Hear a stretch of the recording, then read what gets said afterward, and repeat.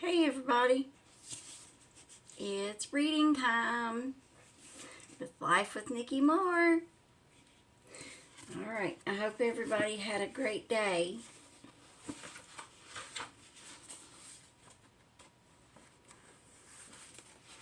And I hope you all sleep well tonight. So, let's get started. Alright. There was a sudden, hard knock on the door, and Mother Mudge, who was about to bed down herself, turns and opens it.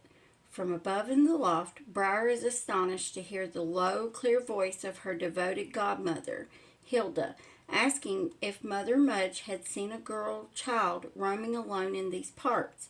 Briar is filled with warmth. Hilda still cares about her, cares so much that she is out searching for her, even after nightfall. Either that or Briar is in even more trouble than she thought. While Mother Mudge debates what to do, Briar climbs out of the loft and down the ladder and guiltily shows herself, head hanging as if she expects to be reprimanded. "There you are, child," says Hilda. "You've given us quite a worry. How did you come to be here, of all places?"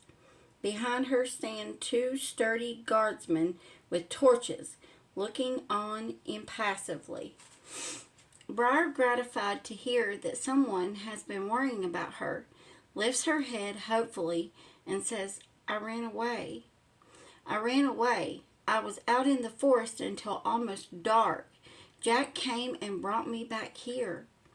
"You went into the deep forest alone? Don't you know there are wild beasts and ogres and all manner of dangerous things there? Praise be to all the saints for Jack. Mother Mudge, too," Briar adds. "She gave me her supper." "A good thing for you that there are kind people in the world," Hilda asks to shake Jack's grimy hand.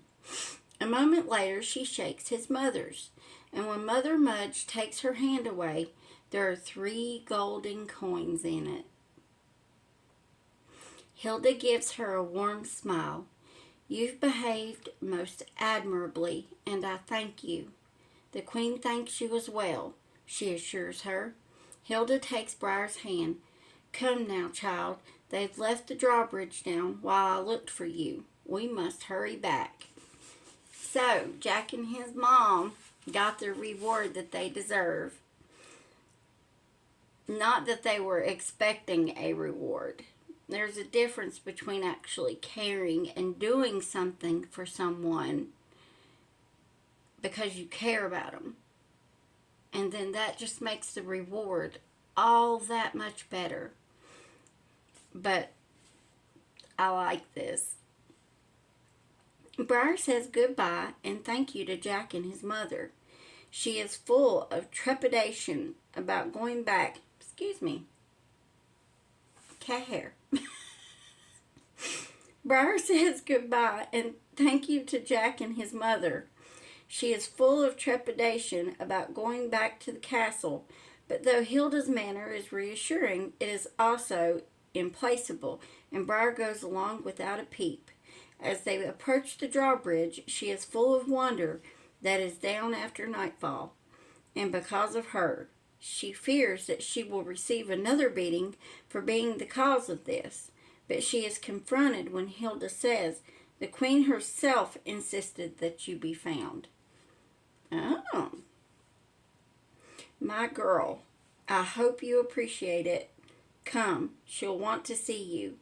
We'd better get you cleaned up first." Back in Hilda's chamber, Briar's godmother calls for water and clean clothing to be brought. She puts a soothing ointment on the child's bruises, hoping as she does that Bishop Simon will live to regret this day's work.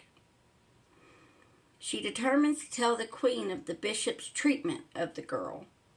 Presentable at last, Briar is taken to Queen Merowyn's chamber, where the Queen remains awake. She knows she must resist the urge to take her child in her arms and make much of her, though that is...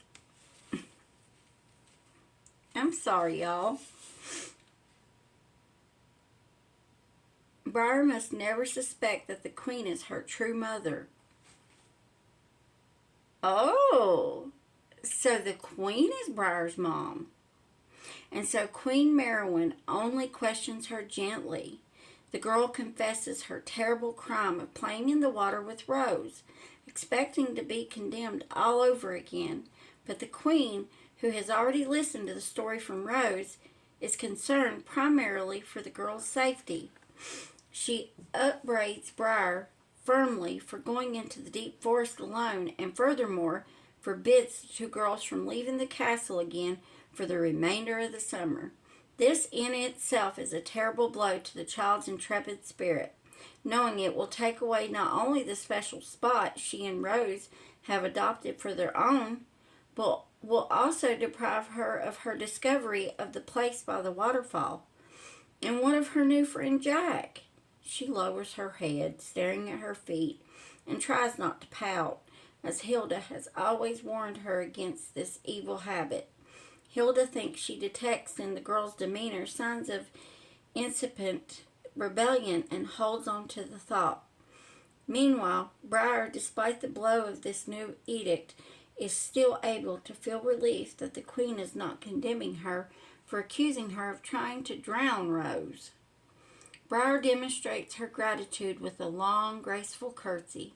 No questions are asked about the time she spent in the forest, and she does not volunteer anything, except to relate the kindness she received at the hands of Jack and his mother. The way those two had looked at her when she spoke of them, of the heavenly music, makes her reluctant to tell of it again. She is sent on to her room, accompanied by a guardsman with a torch, but Hilda and Queen Merowyn continue talking long after she is gone. Hilda lets the queen know of Briar's bruises at the hand of Bishop. Uh-oh. Wonder what's going to happen to the bishop. I resent every blow he administered, says the queen, but I fear I have little power to prevent his abuses. That's good to know that someone in this story finds this abusive. I like this little part. That's nice. I will speak to the king, though with little hope. If she is to be educated, Bishop Simon is the only person qualified to teach. Me personally, I don't think he's very smart. You know? Over the years, the queen has listened to Hilda's counsel concerning the upbringing of the two girls, and the queen hearkens to her now. There is more to education than Bishop Simon can teach them, Hilda says.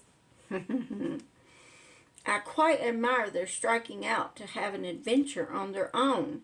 While I appreciate the importance of all that they are taught, I place more value on self-reliance.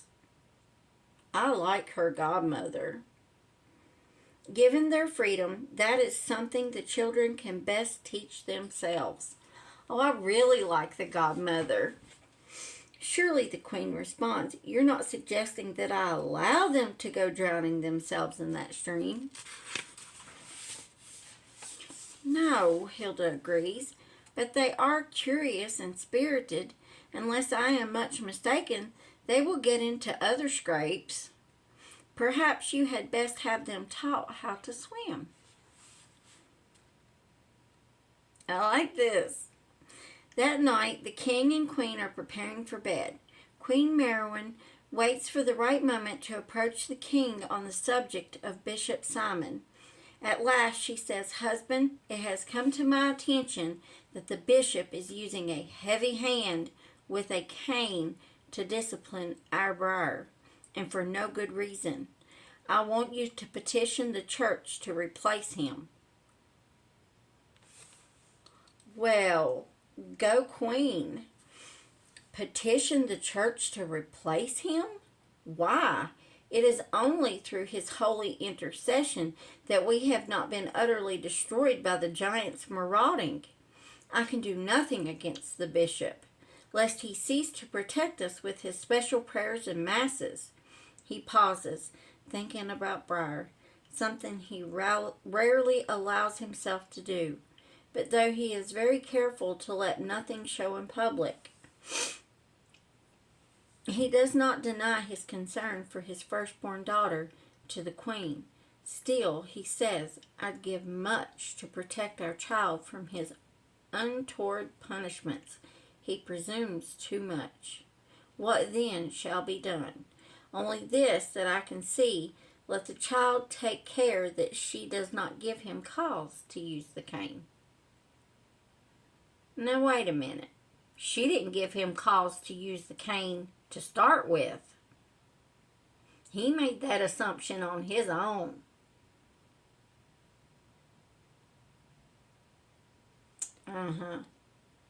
Guess what, guys? We're on chapter 3.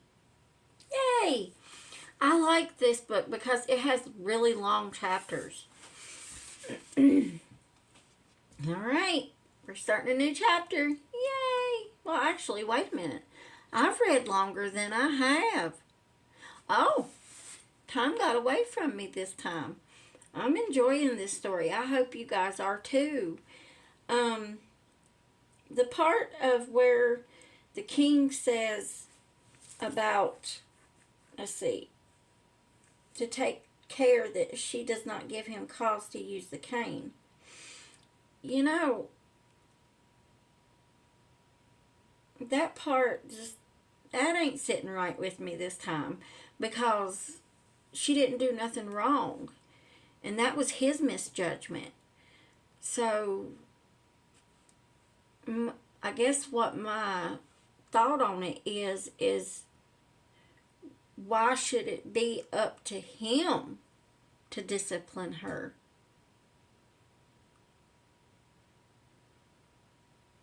But I tell you what, back in medieval times, the kings and queens and squires and the way they did things, I can see why where we are today, where we are, and I'm so grateful for the resources that we have now and the awareness and the willingness to open up and let people feel their feelings and find the just, and you know,